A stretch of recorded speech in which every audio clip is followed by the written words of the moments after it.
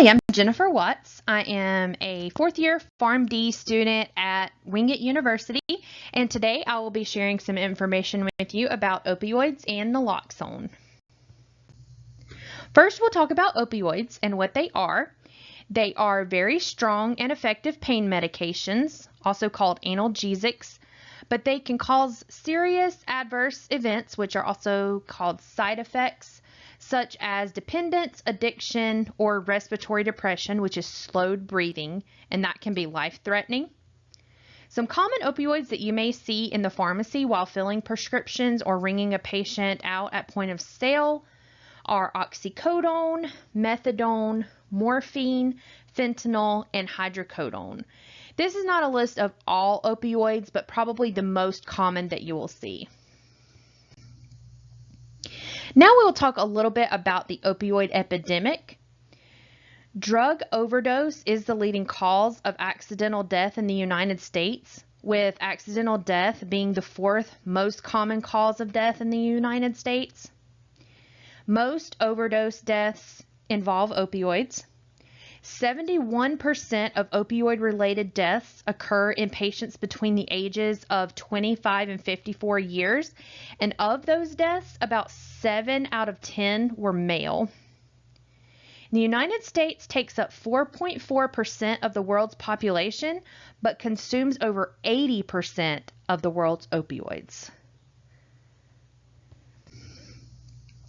So narrowing that down to just North Carolina and the prevalence of opioid-related deaths, in 2022, there were 4,243 overdose deaths and 9,243 opioid overdose emergency department visits reported in North Carolina, and this equals out to be about 12 deaths per day and about 25 emergency department visits per day. And I included a graph that shows that the deaths in North Carolina from opioid overdoses are actually increasing by the year.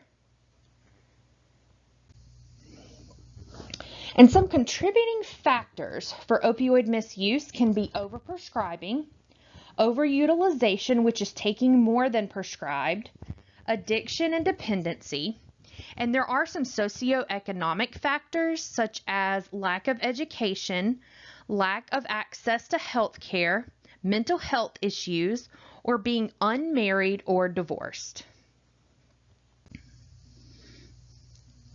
And here are some things that can increase the risk for an opioid overdose.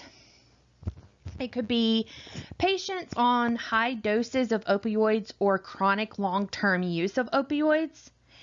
If the patient uses other medications such as anxiety medications, antidepressants, or sleep medications with opioids, or also if the patient consumes alcohol while taking opioids, or combining opioids with other illegal drugs. Opioid medications getting into the wrong hands, which is why it's very important to dispose of medications safely. Patients with respiratory disorders such as asthma or COPD, since we know that opioids can cause a slow in the patient's breathing. Patients with mental disorders, elderly patients, patients in rural areas, often due to limited access to health care or treatment facilities, and patients with substance abuse disorder. So now that we're pretty familiar with opioids, we'll talk a little bit about naloxone. So naloxone is a medication that reverses the effects of an opioid overdose by blocking the opioid receptors. And it can help reverse the slowed breathing, or even if the patient is unresponsive, and this can save the patient's life. You may see it as just naloxone on a prescription, or there are some other common brand names that you may see, such as for the injection, you may see Zemi, which is prescription only. Some common brand names for the nasal spray are Narcan, which is available as a prescription or over the counter. There's Cloxato, which is available through prescription only, and there is Revive, which is over the counter. And now we'll talk a little bit about the Naloxone standing order. There was a standing order for Naloxone approved for North Carolina in June of 2016. A standing order is an order issued by the state health director that allows pharmacists to dispense Naloxone without a prescription from a provider. The standing order makes Naloxone easier for patients to access since pharmacists are more accessible than other healthcare providers. And with pharmacists being able to dispense Naloxone without a prescription, this may save the patient a visit to their provider and potentially save them a copay for the visit. And since pharmacists are the ones dispensing the opioids, it makes sense for the pharmacist to be able to provide Naloxone to the patient without a prescription from the provider. So ultimately, the standing order for Naloxone makes it more convenient for the patient to get Naloxone. So it may be more likely for the patient to actually get their hands on Naloxone and take it home. So some patient talking points regarding Naloxone. It is important to know what to say to the patient and how to talk to the patient about it so you don't sound judgmental or threatening to the patient. So one thing that maybe the cashier could say at point of sale is the pharmacist would like to speak with you about Naloxone.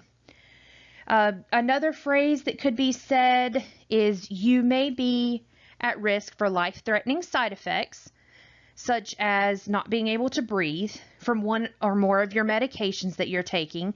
And Naloxone is a medication that can reverse these side effects and potentially save your life. You could also say, although you take your medication as directed, there could be an interaction with other medications that you take that could cause some negative effects, and Naloxone could reverse these effects for you. So going off of these talking points, a good analogy to use when trying to explain Naloxone to the patients is the fire extinguisher analogy.